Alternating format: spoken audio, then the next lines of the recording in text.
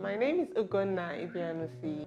My background is in computer science. I was in the US for 16 years and I didn't come back. I was gone. When I left, I left. And so coming back was really unexpected and unplanned. Of course, going at 17, I was still young, but I went right into school. And that was primarily why I went on a student visa. So it was just work throughout. I was working and going to school at the same time. You don't really see young people getting into work or being pushed into work at that young age here. When I was there, everybody's expected to work, no matter how old you. As long as you're a teenager, you're expected, okay, go make some money. For everybody that's gone abroad, I'm sure they've experienced this in one way or the other in terms of the misconceptions of, oh, how do Africans live? Do we still live in huts? Do we still live on trees? That kind of thing. They're still naive and ignorant about life in Africa. There were a few people who still thought that way, and you have to set them wrong that no, we don't, else I wouldn't be here in the first place. I wouldn't have the opportunity to come to the US or be qualified to come to the US.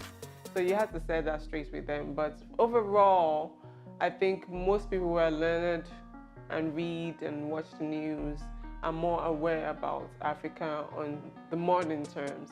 So it wasn't that hard to get along with them. The way the US society is, they've had their issues with racism on their own within themselves. So you coming as an African, you're even more ostracized in a certain way because you're dealing with double racism, I went to a black school, so it wasn't as hard to mix in. But we still had some, struggles with the blacks themselves against the Africans. That was still a little rife there, but for the most part, we got accepted. And once you did your work and proved that you were intelligent and knowledgeable, that was something to be overlooked. I completely changed. I was down to my jeans and sweatshirt look and t-shirts. I was so American. Yeah. When you get there, of course, everybody picks up off the bag that you have an accent, Nigerian accent, But I don't know how I lost mine. So I never really had a thick Nigerian accent. So maybe that's why it easily went away. So when I got there, I spoke like them, and I still had the slight. You could still, if you listen, you still tell a little bit that I was Nigerian, but for the most part, you would think I was a Black American. Most of my friends were Black Americans, so I kind of melted into them. So given that, I think my identity was sort of formed by the society I lived in. So I still knew I was Nigerian. I still had the identity of Nigerian. I was still proud of it, even though most of my people around me were not Nigerian. I still held on to that identity. I did a lot of interviewing my last year of college, of university, to get into the workforce, because I knew that my visa will be up, my student visa will be up, so I needed to work. And if I got with a company, they would do the work visa for me, so that would change my status and still keep me in the country. So that was my strategy. My first job was as a technology consultant for NCR, National Cash Register. They are the people who make the ATM machines and cash registers. And it was as a consultant, and that entailed me traveling to different cities throughout the Southeast, doing different projects, and I loved it. I was traveling every week to a different place, out on Sunday, back Friday kind of thing, going through airports. I loved it. Be focused, be determined as to why you're there and what you want to get out of it. Work hard, make good friends. I say good friends because there are people who will lead you astray into doing things that you're not supposed to do. But when you hold each other accountable and you know the path that you want to take and you stick to it, you know, good friends will guide you along the right path, definitely. And make good money, definitely. Apply yourself. Every year, every summer, I was interning somewhere, you know, so I was working every summer, no dull moments, because I needed to make money too, because I needed to pay my tuition and stuff like that. So apply yourself, have fun too. You know, it's not all work. While you're working, have fun. And so I applied for scholarships and different grants and did research on campus and worked on campus just to pay. So that whole structure of working to earn for yourself made you more independent. Even if I was staying with my relatives, it still put that independence in. It just really heightened it. The society there really makes you grow fast, that you take responsibility for yourself and for those around you. So I think that's a plus, definitely. I definitely had that pressure about trying to find a way to stay back. I mean, till the very end, that pressure was on me to find a way, but things just didn't work out. As far as getting married to someone for papers, it crossed my mind, but I had heard so many horrible stories about it that I was really scared to go into it. Yeah, I just heard so many bad stories. If I had the opportunity, I really would have done it. I was so gone. Like, I lost touch with a lot of people. I lost contact with friends. I still kept in touch with my immediate family and maybe like 1 or 2 cousins, but for the most part, I lost touch with everybody. Nigeria was just a mad place. Like, I was just like a fish out of water. Like, coming back, I was just like a fish out of water. Like, I'm going to die here. I can't believe I'm back here. Like, it was just, everything was so traumatic for me.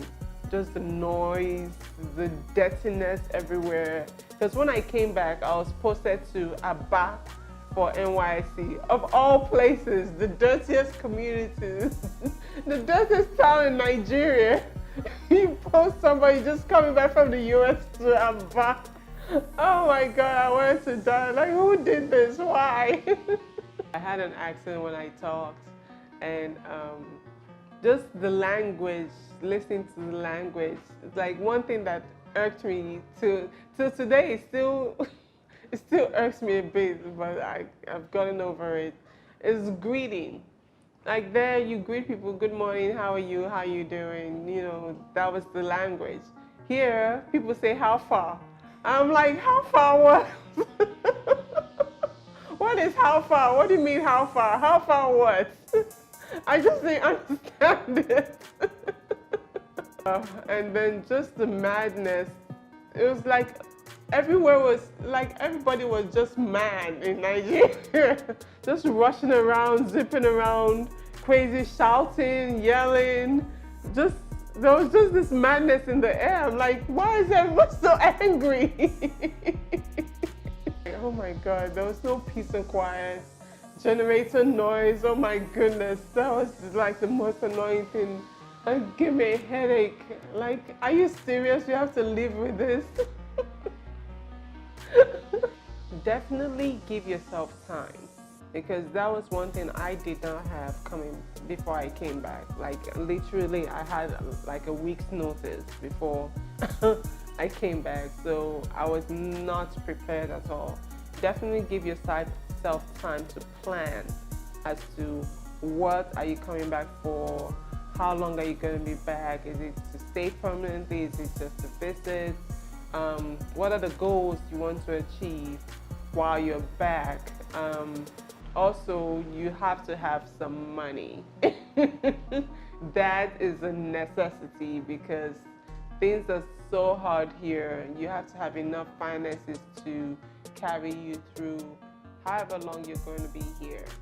And definitely make some contact. Make sure you have contacts, people you can talk to, not just your immediate family. You need outside contacts, friends, people you can relate with and have a conversation with, and who can understand where you're coming from.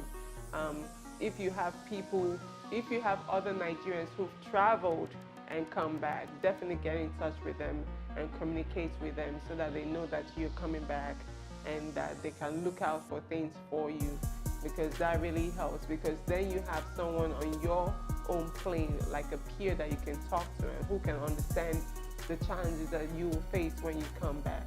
Apart from my immediate family, I didn't really have people to share my American story with, so to speak. So I was pretty much to myself a lot. The American story has not been told. I don't know, there's just a thing of when you've been gone so long and you're now coming back, people look at you like, who does she think she is, that kind of thing. So even though you're supposed to be one with them, you're not. You're really like an outsider. You're like a foreigner in your own country, you know.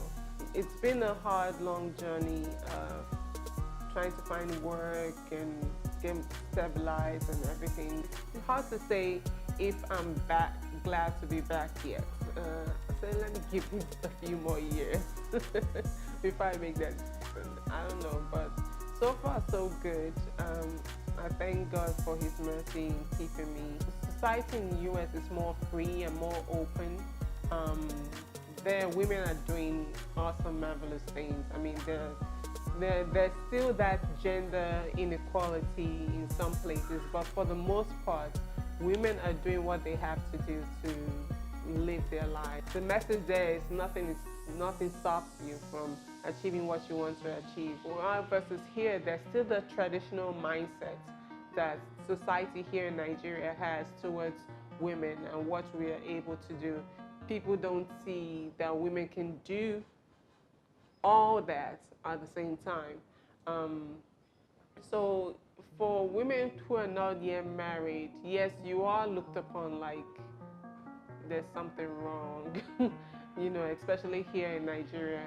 While there, it's not, yeah, there's still that thing there, but for the most part, women, they're living their lives. They're still, you know, if a single woman wants to adopt a child, she goes ahead and adopts a child. She doesn't wait to be married. While versus here, it's like you have to be married, you know. So there's still resistance to being open to or looking at women who have not been married yet in a certain way and accepting them for who they are and what they want to be in that stage of their life at that time. Well, I've always been open to marrying a Nigerian. My first boyfriend was a Nigerian, you know, and we were heading down that path of marriage, but at the last minute things didn't work out. So I was never opposed to Nigeria. I knew somehow I would marry a Nigerian, but I also was open to other possibilities when the Nigerian thing didn't work out. So being back, of course, I'm in a Nigerian setting, so it's all Nigerians around, so hopefully it will be a Nigerian. I think now it's more about tribal issues. What tribe is he going to be from is the big question, which I don't know yet because I haven't met him yet. So if you're out there, how about your sister? Of course, I prefer Igbo because that's where I'm from, but I'm not limited to that, definitely. I've always been open-minded, even with friends. I'm the kind of person that makes friends with different kinds of people. It's about compatibility with that person and understanding. And I think those are the main core and commitment, main core issues at hand. So even once that is there, you can ride over the other things that come to play. So I'm not really too picky. My younger sister married someone from Cross River State, so hey. Very little. Everywhere people speak English, except in some places maybe when people insist on speaking their language. But I do try, like maybe in the market I might speak Igbo or something when I'm buying something. So I do try, just they say I sound funny when I talk. So that's the only hindrance, but apart from that, I do try my best. And they will know. That's about it. My name is Ugonna Ibeanusi, and you are watching the Kafe Ankara Interview.